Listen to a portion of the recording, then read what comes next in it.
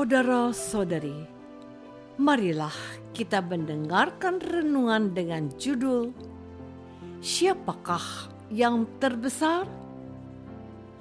Yang berdasarkan pada Injil Markus bab 9 ayat 35. Lalu Yesus duduk dan memanggil ke-12 murid itu. Katanya kepada mereka, "Jika seseorang ingin menjadi yang terdahulu, hendaklah ia menjadi yang terakhir dari semuanya dan pelayan dari semuanya." Dalam nama Bapa dan Putra dan Roh Kudus. Amin. Saudara-saudari terkasih dalam nama Tuhan Yesus Kristus. Siapakah yang terbesar? Ini merupakan tema pembicaraan dari para murid Tuhan Yesus yang sedang dalam perjalanan menuju Kapernaum. Tuhan Yesus menanyakan hal itu, tetapi mereka diam saja. Tuhan Yesus tahu apa yang sedang mereka perbincangkan. Makanya dia berkata, "Jika seseorang ingin menjadi yang terdahulu, hendaklah ia menjadi yang terakhir dari semuanya dan pelayan dari semuanya." Apakah pernyataan Tuhan Yesus itu menyelesaikan persoalan yang sedang dirembuk oleh para muridnya? Bukan saja di masa sekarang saya. Di masa Yesus hidup, setiap orang merasa memiliki peran penting dan menginginkan suatu penghargaan atau penghormatan. To be number one, menjadi yang pertama. To be the best, menjadi yang terhebat. Memang baik menjadi orang penting itu. Tetapi Tuhan Yesus mau menegaskan kepada para muridnya, jauh lebih penting menjadi orang baik, yaitu menjadi orang yang mendahulukan kepentingan sesamanya dan melayani mereka dengan tulus ikhlas adalah cara terbaiknya. Saudara-saudari terkasih, beberapa hari ini otak kita dipenuhi oleh perbincangan politik dan kekuasaan pasca pemilu. Menjadi orang penting yang berkuasa dan mengurus negara ini menjadi targetnya. Namun, di tengah hingar-bingar kompetisi itu, terdengar ungkapan pesimistis di tengah rakyat. Karena ingin berkuasa, para politisi itu menebar janji-janji yang manis dan memikat. Tetapi setelah berkuasa, mereka itu lupa pada janjinya. Janji tinggal janji. Yang penting tujuan awal sudah tercapai. Aku jadi penguasa di negeri ini. Tuhan Yesus beda. Ia menegaskan kepada kita, "Aku datang bukan untuk dilayani, melainkan untuk melayani." Tampaknya para murid belum mendengar firman ini ketika mereka memperbincangkan siapa yang terbesar dari antara mereka. Jadi, kalau Tuhan Yesus menegur mereka dan mengingatkan mereka, itu wajar. Mereka janganlah menjadi pribadi yang egois, melainkan menjadi pribadi yang altruistis, menjadi pribadi yang memikirkan kepentingan orang lain juga. Mereka jangan sibuk dengan mencari penghormatan dari orang lain, tetapi memandang perlu untuk melayani setiap orang. Saudara-saudari terkasih, siapa di antara kita yang tidak mengenal Ibu Santa Teresa dari Kalkuta? Beliau adalah pendiri suster-suster dari cinta kasih. Namun, beliau lebih dikenal sebagai sosok gila yang melayani orang-orang terlantar di Kalkuta. Ibu Teresa sangat serius untuk menyelamatkan jiwa-jiwa yang terpinggirkan.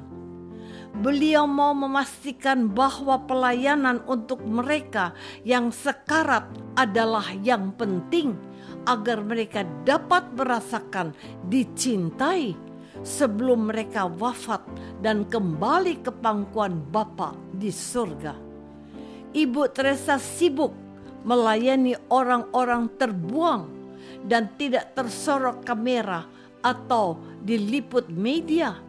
Namun lihatlah, dia menjadi sosok terkenal dan dikagumi oleh sekalian kalangan, bukan dari lingkungan gereja Katolik, melainkan dari berbagai manusia dengan keyakinan yang berbeda.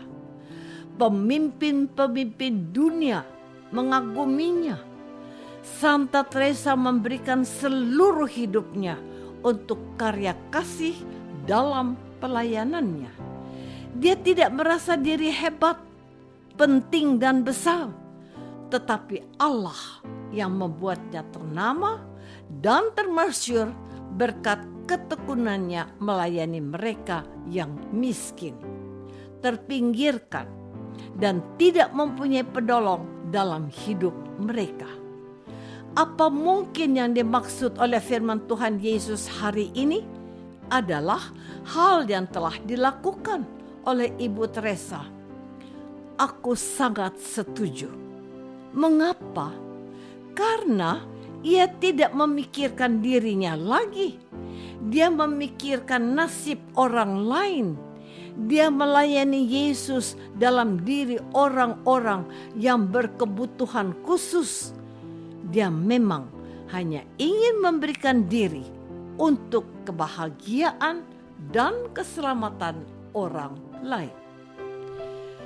Saudara-saudari terkasih, melayani bukan saja menjadi tugas pembantu rumah tangga atau PRT, juga bukan tugas seorang jongos atau asisten rumah tangga. Perhatikan, seorang pemimpin negara sekalipun tugasnya melayani rakyatnya. Meski kadang kita heran dalam prakteknya, mereka yang berkuasa itu mintanya dilayani terus. Mereka maunya dihormati terus. Apa ada yang salah?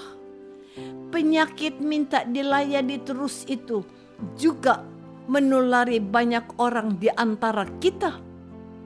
Sudahlah, tidak usah ditanya siapa yang saya maksudkan. Yang terpenting, kita tidak perlu lagi memikirkan kepentingan apa yang bakal saya terima kalau saya melakukan ini atau itu. Yang terpenting, fokus melayani dan mengabdikan seluruh hidup kita ini untuk kebahagiaan orang lain dan keselamatannya juga. Suatu hari, dalam pesta komuni pertama di NTT, seorang imam ikut dalam jamuan. Setelah selesai santap siang, beliau langsung ke dapur dan mencuci piringnya sendiri.